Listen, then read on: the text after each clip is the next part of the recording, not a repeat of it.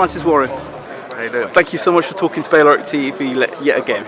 Okay, question. When we spoke the last time, I said, how far do you think this fight is away between Billy Joe Saunders and Chris Eubank Jr.? You did ask that. We're at the weigh-in. We're at the weigh-in. Did you They've weighed in. They've weighed in, and they're going to fight tomorrow night, unless somebody pulls out. But I don't think they will. Don't even say that. Don't even joke about that. I know, I understand what you're saying. Sit there, Saunders, Eubank Jr. Yep. It's not going to happen. They'll fight tomorrow night. They're weighed in. They're weighed in. They're ready to go. All the hard work's the training's been done, and the party's tomorrow night. Final hurdles in sight, and they're ready to go. Did you ever think the fight would get made so quickly? I think when two guys genuinely want to fight each other, then it's difficult for it not to happen. Yep. There was pressure from our side from Billy Joe to get it done. He really wanted to make this happen. If you recall before, he boxed the European title last in Manchester. Yep. He actually said that he would drop that fight out, completely scrap that fight if Chris Eubank Jr. wanted to step in at that point. So, the obvious desire from Billy Joe was to get it done was there. And for Chris, it's a big opportunity for him to secure 3 titles in one night. If you remember, I also said 20 years ago that Nigel Benn stepped in with Chris Eubank, and Ben wanted that fight, and Eubank wanted that fight. Yeah. And it didn't turn out the way that Nigel Benn wanted.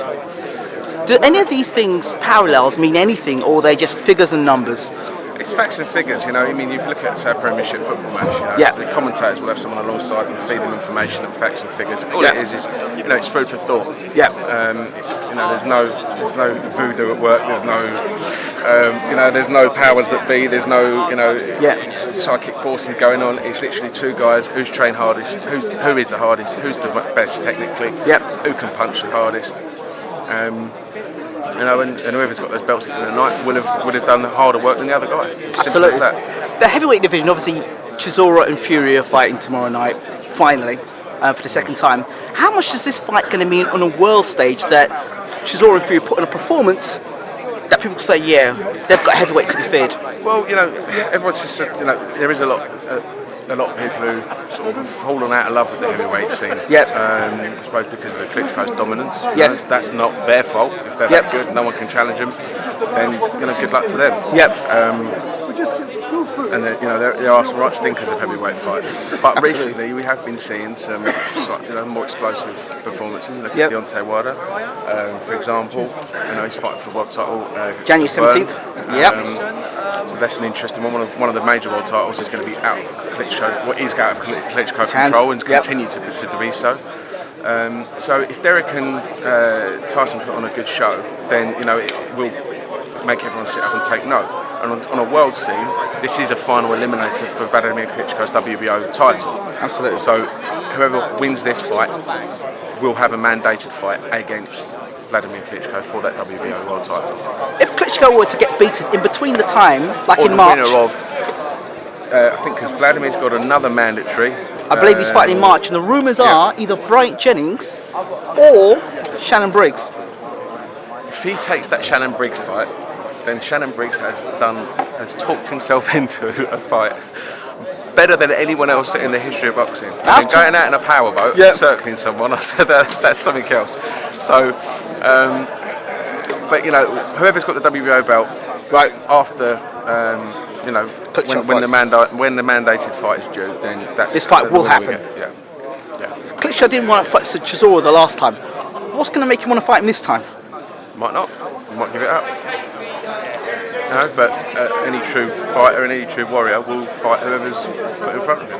Finally. You can't just stop. You can't pick and choose your fights forever. Absolutely.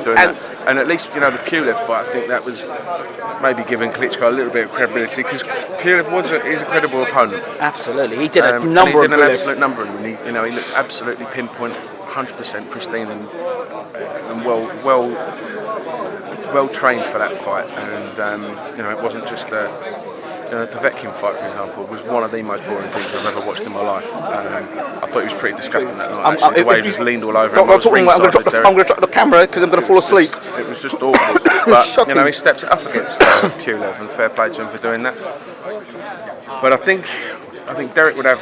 I think Derek had his number when they were supposed to fight the first time. Right? Absolutely. I do believe Derek will win on Saturday, so I think Vladimir's got to fight Derek. If all goes to plan on Saturday. Finally, the pay-per-view event that happened last week. Is there almost sitting in the background, smiling and laughing away because you've got such a fantastic card this weekend? Not one bit of my smile and laughing away, because I think the fans got robbed of them. But whoever paid for that on pay-per-view got the money taken out of their pocket for a very, very average event. I mean, even Matchroom, spokesman from Matchroom, did an interview in Boxing News. Yep.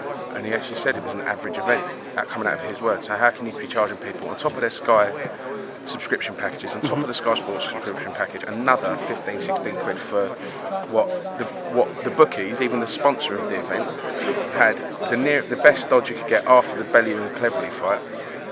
I think it was Groves was 8 to 1 on, and the rest of the fights were all like 100 to 1 the opponents.